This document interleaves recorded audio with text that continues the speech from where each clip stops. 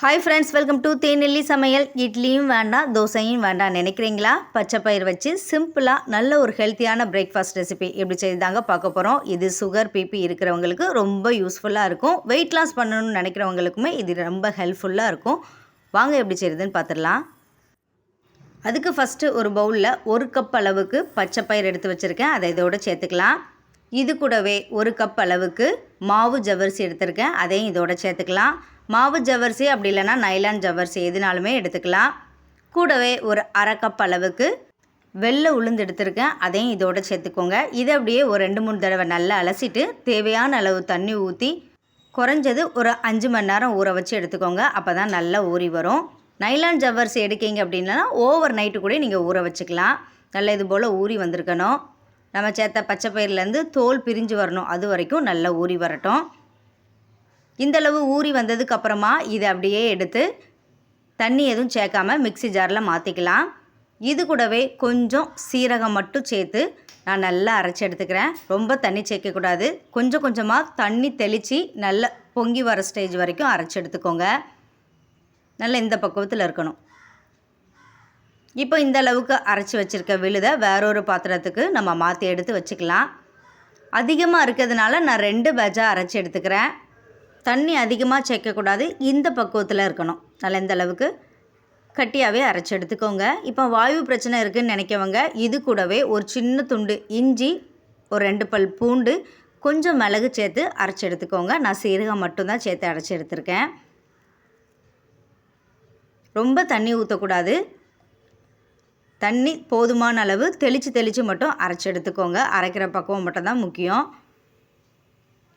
நீங்கள் அதிகமாக செய்கிறதா இருந்தால் கிரைண்டரில் கூட அரைச்சி எடுத்துக்கோங்க. இப்போ இதுக்கு தேவையான அளவு உப்பு சேர்த்து நல்லா கலந்து விட்டுறலாம்.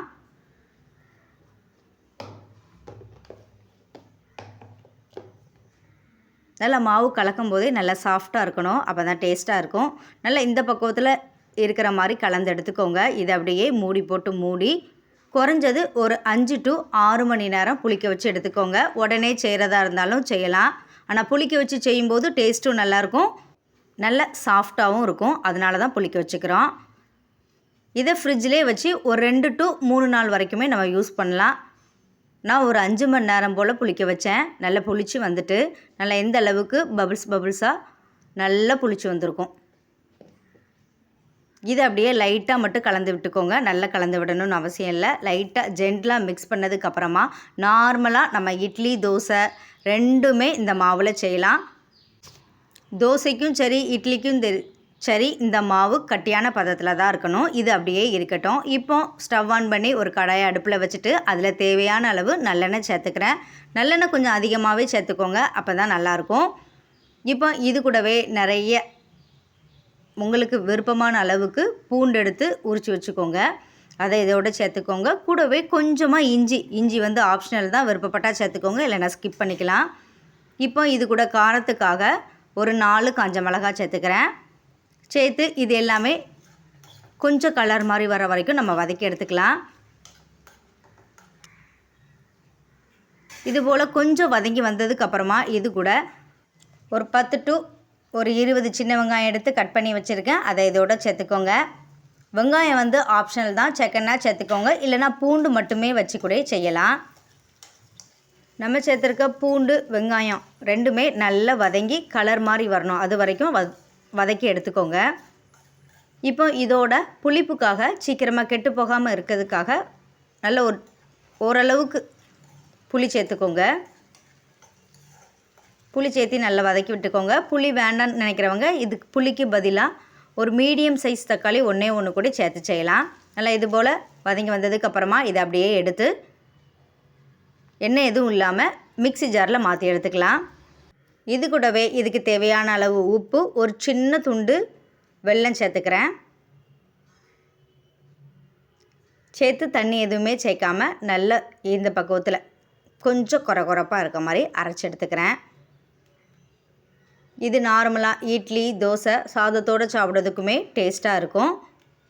வாயு பிரச்சனை இருக்கவங்க இந்த மாதிரி சட்னியை மொத்தமாக செஞ்சு வச்சுக்கிட்டிங்கன்னா டெய்லி 1 ஸ்பூன் சாப்பிடும்போது வாயு தொல்லை இருக்காது. நெஞ்செரிச்சல் புளிச்ச ஏப்பம்லாம் இல்லாமல் இருக்கிறதுக்கு இது ரொம்ப யூஸ்ஃபுல்லாக இருக்கும்.